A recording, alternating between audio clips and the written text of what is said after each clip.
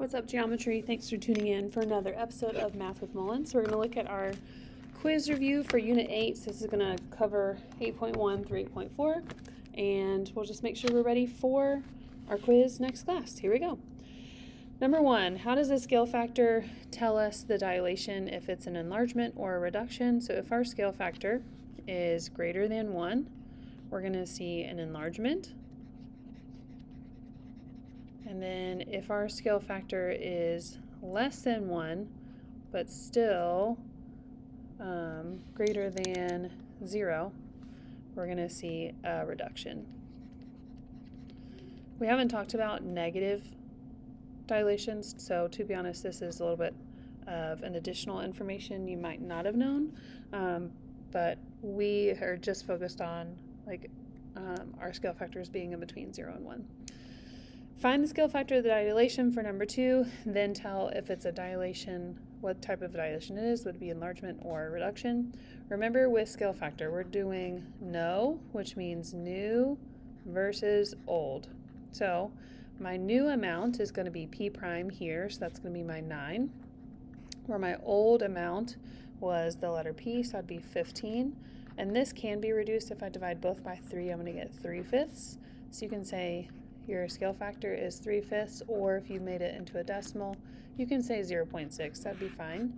And then this would be showing a reduction because your original figure was a blue shape, and then we got smaller with the red shape.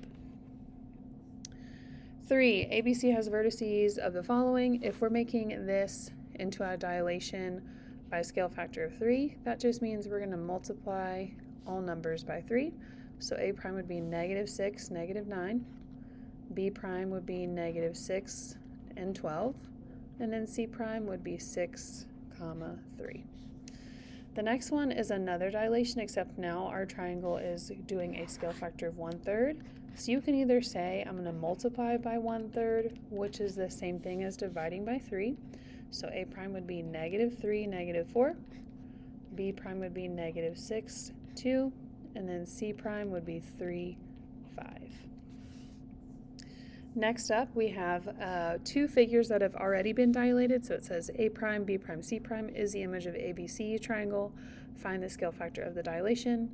Again, we want to think about this as new versus old.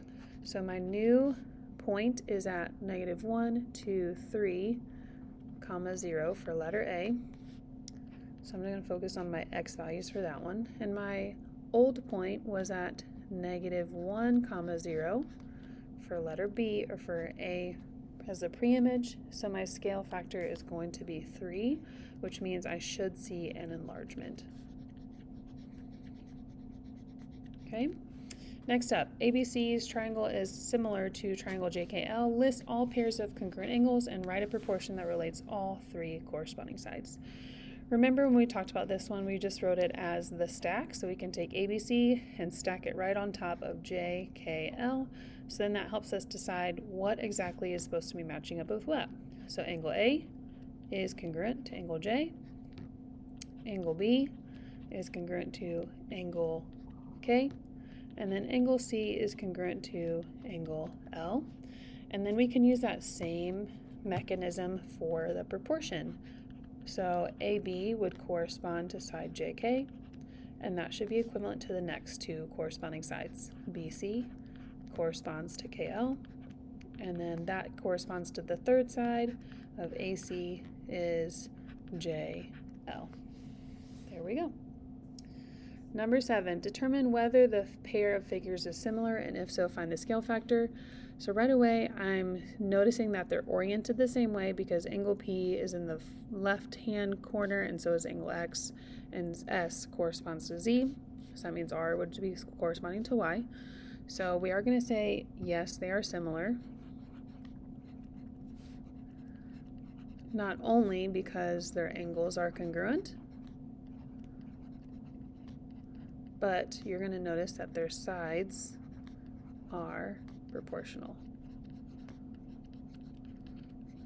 So if I'm looking at my side from 24 to 12, 28 to 14, and 20 to 10, I have divided by 2 every single time, or taken half of my scale factor. So my scale factor here would be 1/2, or you can say 0.5. Okay? The next one, determine whether the pairs of figure is similar. If so, find a scale factor. For this one, we're going to say, no, they're not similar. So there's no scale factor to find, and the reason is because my sides are not proportional. Again, they're oriented the same way. Oops, I didn't spell proportional right. There we go. 3 corresponds to 12, so that's a scale factor of 4. And 13 corresponds to 39, that's a scale factor of 3. So these scale factors need to match in order for those sides to be proportional. On the back, we've got question 9. Assume the pairs of polygons are similar, and then find the value of x. So if they are similar, I'm going to say that 8 matches to 16, so I'm going to write a proportion here of 8 to 16, which means 5x minus 5 should correspond to 40. Here I'm going to cross multiply. The tricky thing about cross multiplying here is making sure that 16 gets distributed to everything here. So 16 times 5x is going to give me 80x, and 16 times negative 5 is negative 80, and then 8 times 40 is just a one-stop shop of 320. Let's go ahead and add 80 to both sides. We're going to get 80x equals 400, so x can be equal to 5. And then same thing here. Assume the pair of polygons are similar. 10 is going to correspond to 5, so 3x plus 1 is going to correspond to x plus 2. Cross multiplying, 5 times everything here, so that's 15x plus 5, and then 10 times everything here, 10x plus 20. I'm going to go ahead and subtract 10x from both sides, and then subtract 5 from both sides. I'm going to end up getting 5x is equal to 15, so x has to be 3.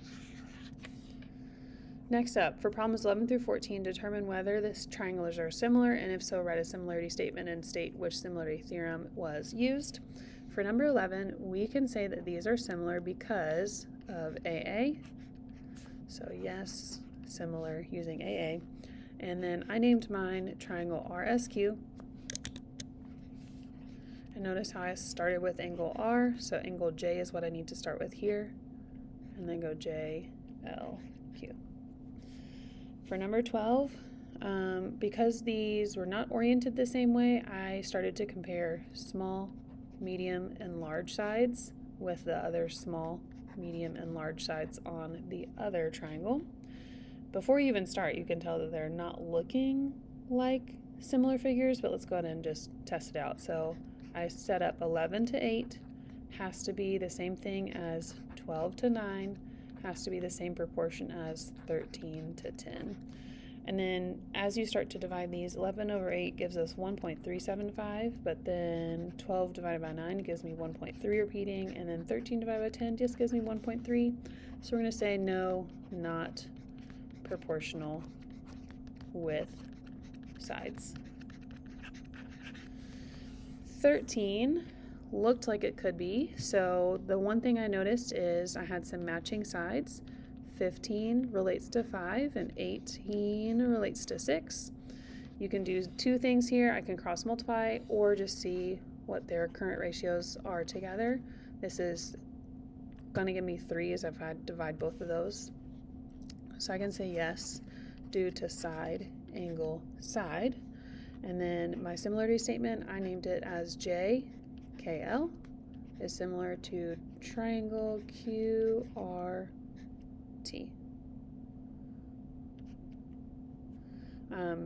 Yours could have been spelled a different way, like some of you might have done JLK and then QTR, and that's fine as well.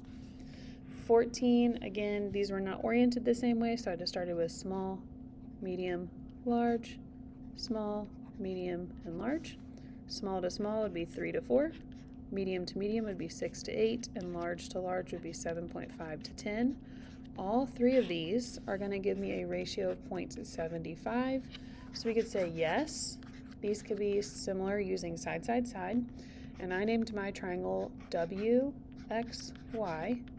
is similar to triangle. Notice that WX starts with the small side and then I extend into the large side. So small side would be B, C, and then D.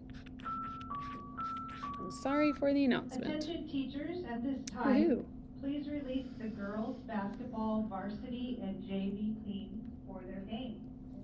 Go basketball. Yay, sports. Okay. Finding the value of x if these are similar. I just set it up as big to small, big to small. So I have x over 21 for my small triangle. And then for my larger triangle, 42 over, be careful here, 49, because I wanted the entire length here. So that's 28 plus 21, which gives me 49. Cross multiplying, I'm going to get 49x is equal to 882. So that means x would be 18. And then here for number 16, I said x over 36 can match with 30 over 27, corresponding sides. I'm going to get 27x is equal to 1080, so x should be 40. And then finishing up here with 17 and 18. For number 17, I matched x with 10, and then 4.5 with 5.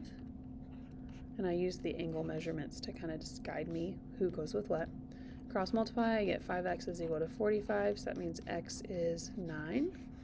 And last but not least, I had 5 matching with 3 is the same thing as 2x plus 3 to 6. Cross multiplying, I get 6x plus 9 equals 30, or 6x is equal to 21, so that means x has to be 3.5. And that'll conclude our review on Unit 8 quiz. So hopefully this gives you some good guidance about what to expect on your quiz tomorrow. As always, thanks for tuning in, and we'll catch you next time. Have a great day.